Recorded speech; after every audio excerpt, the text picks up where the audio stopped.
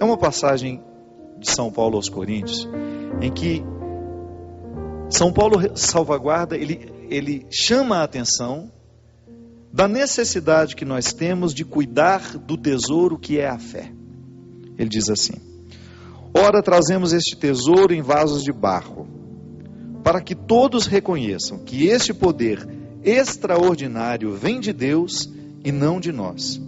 Somos afligidos de todos os lados, mas não vencidos pelas angústias, postos em apuros, mas não desesperançados, perseguidos, mas não desamparados, derrubados, mas não aniquilados. Por toda parte sempre levamos em nosso corpo o morrer de Jesus, para que também a vida de Jesus se manifeste em nossa existência mortal. Com efeito, nós que vivemos, somos sem cessar entregues à morte por causa de Jesus, a fim de que a vida de Jesus se manifeste em nossa carne mortal. Assim, a morte atua em nós, enquanto a vida atua em vós.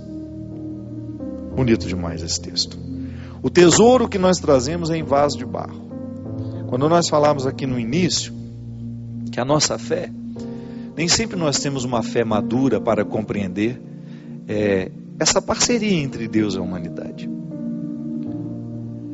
ou até mesmo para perceber que nesta parceria a primazia é sempre da graça divina. Santo Agostinho dizia que nós não somos capazes de realizar o bem sem que antes o bem nos tivesse sido dado, entregue. Então veja bem, o que eu faço porque Deus já fez em mim. Deus só pede aquilo que já nos deu. Olha como isso é interessante. Se Ele me pede que ame, é porque Ele já me deu amor anteriormente. Se Ele me pede que seja bom, é porque Ele já me deu a bondade anteriormente.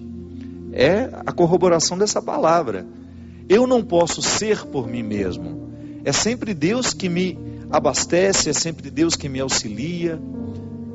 E é por isso que eu preciso identificar, no dia a dia da minha vida, como é que eu posso viver essa parceria sem que eu tenha a pretensão de ser dele um assessor, sabe? De ficar dizendo a ele, porque o assessor é assim. Eu sei porque eu tenho assessor, no meu dia a dia eu sei como eles funcionam. Às vezes eu estou lá, pronto para receber fulano de tal, o assessor vem, o nome dele, tá, e eu já fiz que já sei há muito tempo. Não é verdade? Aí eu já vou, oi senhor Cristian, que bom recebê-lo. Mas não sou eu que sabia o nome do Cristian, é o assessor que falou entre dentes ali para mim, para que eu tenha condições de cumprimentar o Cristian quando ele chegar, já com as informações. Então são aquelas informações rápidas. Estou dentro da van e a menina já está falando, padre, o evento é tal, fulano de tal que vai nos receber, é o bispo tal, não sei o que, papapá, vai estar lá presente o padre, isso e aquilo, para que eu saiba quem são as pessoas. Às vezes nós queremos fazer a mesmíssima coisa com Deus. A gente acha que a gente é assessor dele, que nós vamos dizer a ele todas as novidades do mundo. É igual aquela reza que às vezes a gente vê por aí, né? Ô Senhor, olha para ele como ele está triste. Cura ele, Jesus. Não sei mais o que. Como se ele não tivesse condições de saber o que precisa ser feito. Como se o sábio da história fosse eu. Tá vendo, Senhor? Ela está muito chateada com a vida. Não, Jesus, realiza isso na vida dela. Gente, a nossa oração, ela não pode ter essa carga de arrogância, sabe por quê? Porque isso não nos amadurece. Senhor, nós apresentamos a pessoa, nós apresentamos a realidade dela, nós acreditamos no seu amor, nós acreditamos na sua bondade. Pronto. Isso, a gente fica mais humilde na reza, sabe? E aí também a gente vai permitir que aquela oração clareie dentro de nós o que nós precisamos fazer para que o milagre se cumpra.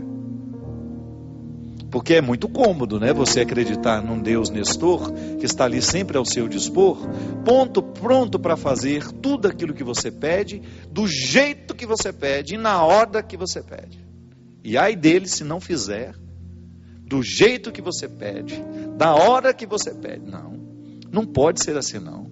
A nossa fé tem que nos dar a confiança de que Ele realiza aquilo que realmente precisa ser feito e que às vezes nem nós sabemos. Nós somos tão limitados que às vezes a gente acha que o que Deus precisa fazer é tirar esse negócio daqui e pôr aqui.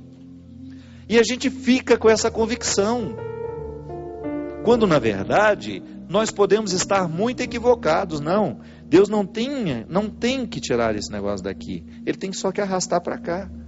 E às vezes nós levamos um tempo para descobrir que aquilo que nós estávamos pedindo não era honesto. E depois Deus fez tudo do jeito como a gente não queria, e a gente percebe que realmente foi a melhor maneira de resolver aquela situação. É por isso que a fé deveria nos dar sempre a maturidade do silêncio, da entrega. Outro dia eu estava conversando isso com uma amiga minha, que estava muito aflita, numa situação que ela estava vivendo, e eu percebi essa aflição, pelo excesso de pedidos, pelo excesso de clamores. E é claro que eu respeitei. Eu não estou nela, eu não estou sentindo a dor que ela sente, eu não estou vivendo o desespero que ela vive.